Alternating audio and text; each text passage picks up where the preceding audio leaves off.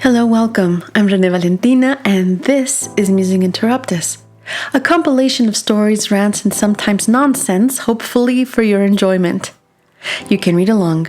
Just click on Continue Reading in the description to open a Google Doc with the transcription of this episode. For my students, the idiomatic expressions are in italics. Try to get the meaning from the context and then look them up to see if you're right. For everyone. If you like it, subscribe, follow, share, show your support via PayPal, share your favorite episodes, but more importantly, continue the conversation. Drop a comment with your answers to today's questions. I love hearing from you. Today, bordering the line.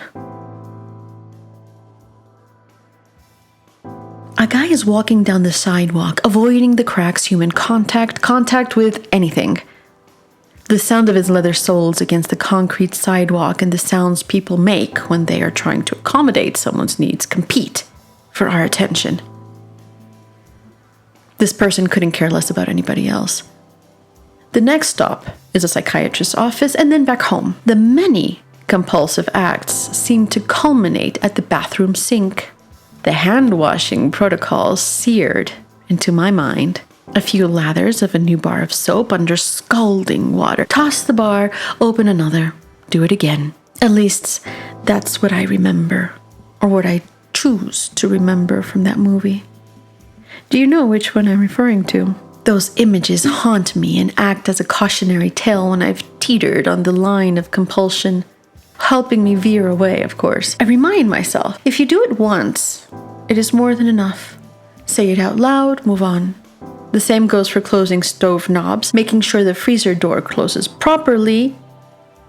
In my defense, I have to give it an extra push. It works when I need to feel certain that I've locked the front door on my way out. If I say it out loud, I won't second guess myself later. Honor the protocols, don't skip the steps, just do it once. Have you ever noticed how you brush your teeth or comb your hair and wash your hands?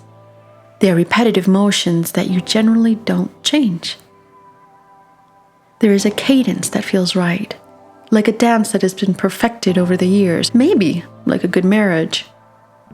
Even if our dance isn't the best, it's probably not something we give a second thought. I never expected professional sanctioning of hand washing that included counting a minimum of lathers per position. Count to 10 in each position. Lather the palms, each dorsum or back of the hands, between the fingers and over the tops of the fingers intertwined, fingertips and then under the nails, and then a milking movement for each of the thumbs. Rinse by letting the water run down your hands to the tips and dry with disposable paper towels.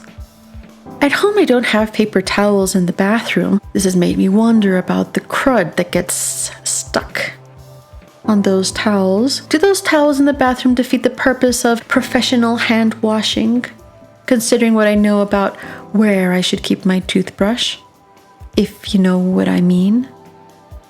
When your personal world shifts off its axis, you have to rearrange the furniture at least. Walls get torn down, structures collapse, structures you might have thought immovable.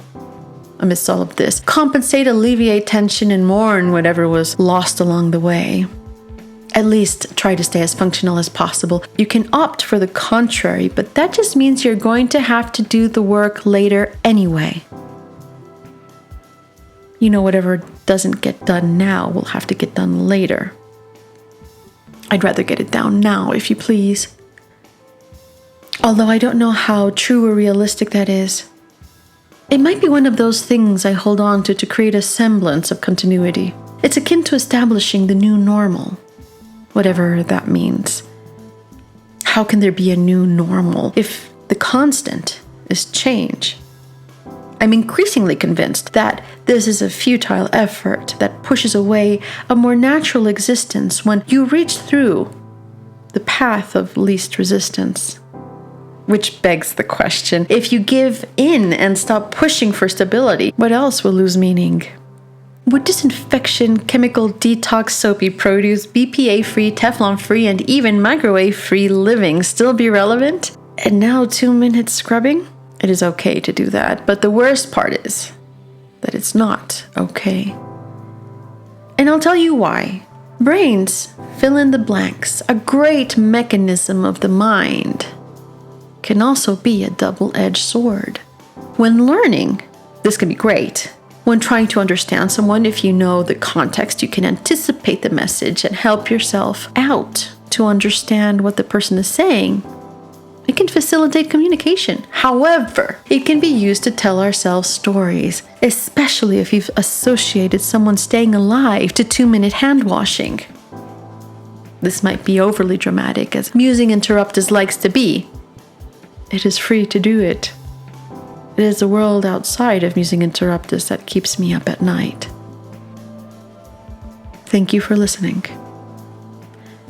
The background music is by Movi Gratis. The mix and master were done by Jesus Dario, my sound partner. How do you wash your hands? What unscientific beliefs do you have?